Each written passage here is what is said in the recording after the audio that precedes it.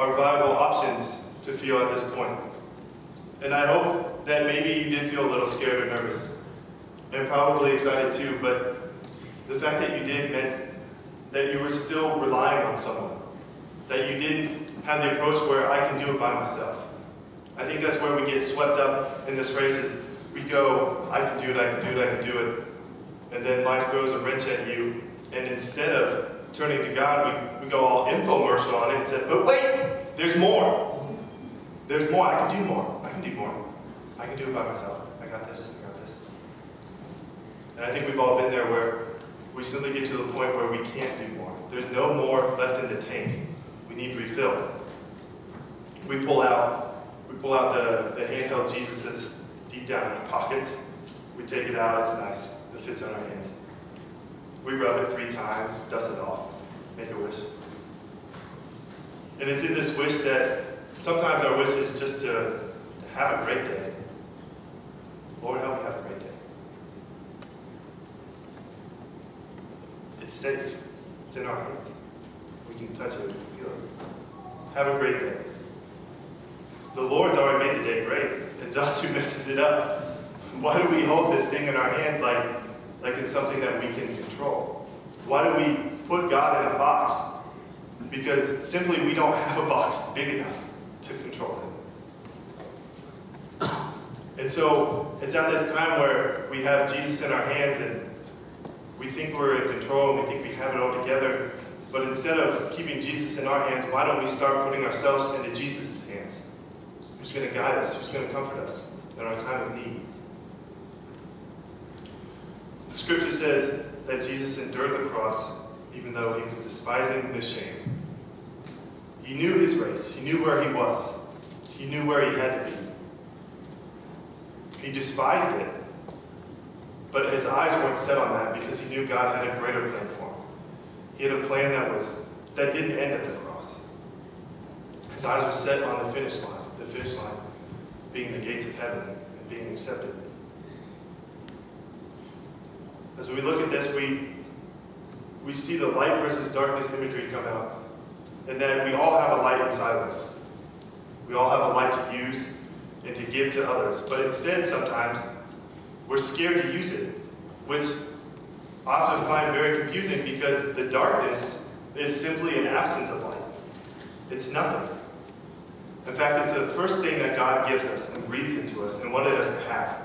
If you go all the way back to Genesis, the first thing that He gives us is the gift of light. He wanted us to have it. And sometimes we get scared. And sometimes we get nervous. And what will others think if we go into the darkness? Last Sunday was a true testament to that as we did Be the Church Sunday. For any of those at the Cana site, got a big whiff of that as we not only took our light to the darkness, but the darkness shouted back and cussed us out for being there. That wasn't fun. That didn't feel good at all.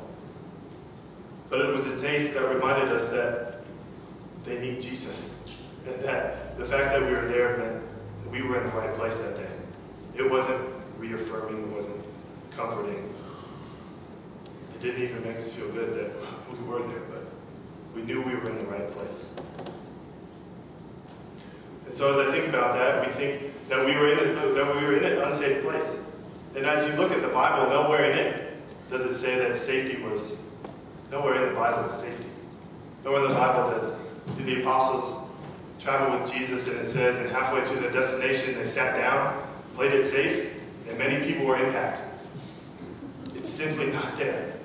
When's the last time you heard a news story of someone who sat on a couch for 8 hours a day and got a clip? Didn't see it?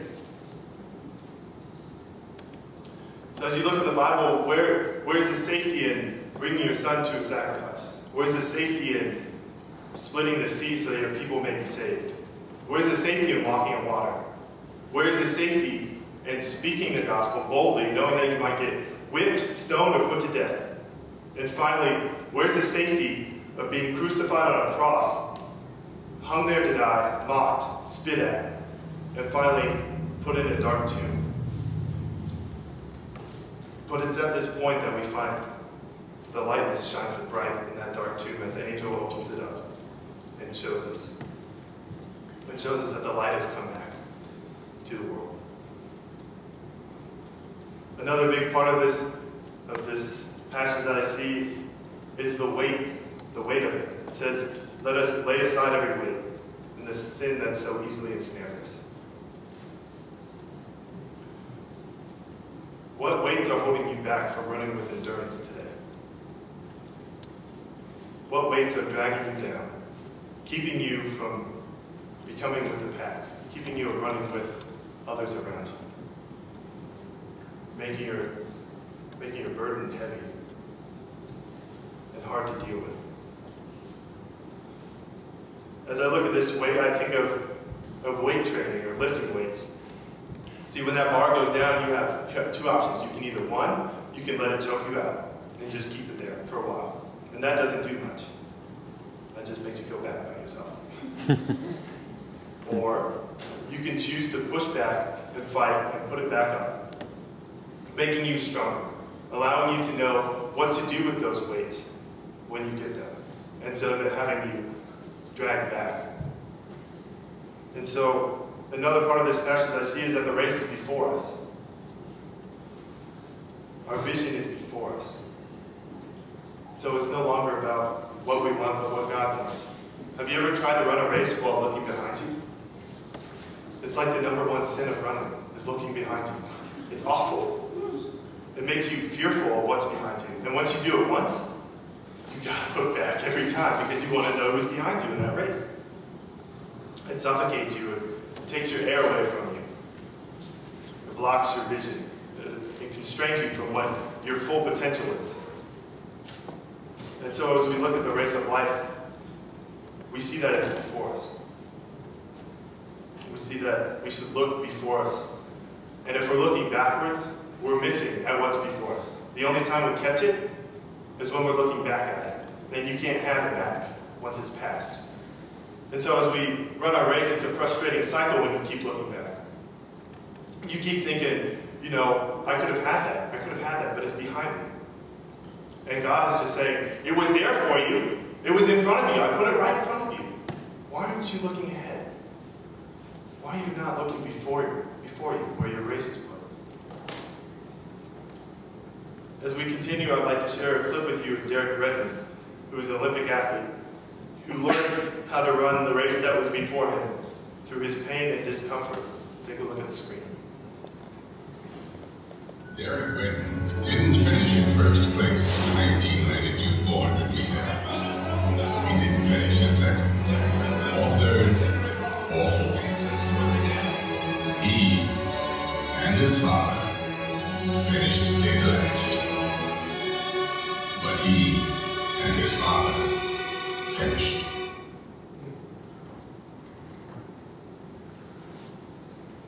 So the Derek Redmond story is that this is a 400-meter semifinal in the Olympics, the biggest stage of the game. But it was only a semifinal. As he's going down the backstretch, you saw that his hamstring got torn. Hold his hand in the backstretch. And so as he says it felt like someone shot him in the back. Back of the leg. He didn't know what was going on. And you see him crumble to the ground. This Olympic athlete, he's put 4 years of work into this to tear a muscle on this stage of the game. And so he says, as the pain subsided, which I feel is a little ridiculous, that a pulled hammy can subside in like 10 seconds. He says, as the pain subsided, he remembered where he was at, that he was at the Olympics. Biggest stage. And so he gets up, he stayed in his lane, which keeps him still in the race, and he says he gets to the 200-meter mark, he looks in, and the people are finished. Now he could have walked off of the track right now because he realizes that there's no way he can progress. There's simply no way. But he continues to run his race. Hobble, really. He's crippled at this point. He's in pain, discomfort. Things can't be fun. And he gets to the 150, and he's going into the home stretch, and his dad rips out of the stands. Rips through security just to get to him, because he knows his son is hurting right now. And And as he gets up to Derek, he says, "Derek, you have nothing to prove." And Derek replies, "Dad, just keep me in lane 5. And so at this moment, his father gives him the shoulder to cry on, because it's got to be a lot of pain right now. And so as he goes in, his father keeps him on the straight and narrow in his lane. He kept him on the straight and narrow. He didn't let him waver. And it's in this time that you see Derek allow his father to touch him, which disqualified him. It's considered being assisted, which you can't have. And so he allows his father to touch him, even though that he knows that it's going to post a DNF in his timesheet, or did not finish. It's like he wasn't even there. And so in this time, I'm reminded that if you let the Father, our Heavenly Father, touch you today, you're disqualified. You're disqualified from the worldly standards that keep you down. You're disqualified from what car you drive, from what income you make, from what clothes you wear. The world standards are thrown out when you allow God to touch you in a real way. And so as Derek finishes, he's kept on the straight and narrow in his lane, even though he's disqualified at this point, and 65,000 people are standing. It's a semifinal. There's no reason for this. It's a semifinal. But 65,000 people are Derek's cloud of witnesses, so great a cloud of witnesses, that cheer him on into the end of his race. And I'm reminded that at the end of races, generally people are telling you to go faster. Telling you, come on, you can do it. Let's go, just a little faster, just a little faster. And so as you finish your race of life, I feel like God is at the finish line with open arms, just saying, just a little faster. You're almost here. And so I feel like we so many times put up the securities, put up the walls, and keep God out. What all he's really trying to tell us is, you have nothing to prove. I'm right here with you. I've already given you the proof. If we're just willing to let him tear down the walls and get to the true us, we can feel the healing that only he can provide. But you should know that as you rip off these layers of security, you're ripping off new layers. And that is going to be painful before you can have the true healing. That is going to put you into some discomfort of things you have to put forward. But your pain will be turned into comfort, and your insecurities into joy. And you might notice that there's a treadmill up here.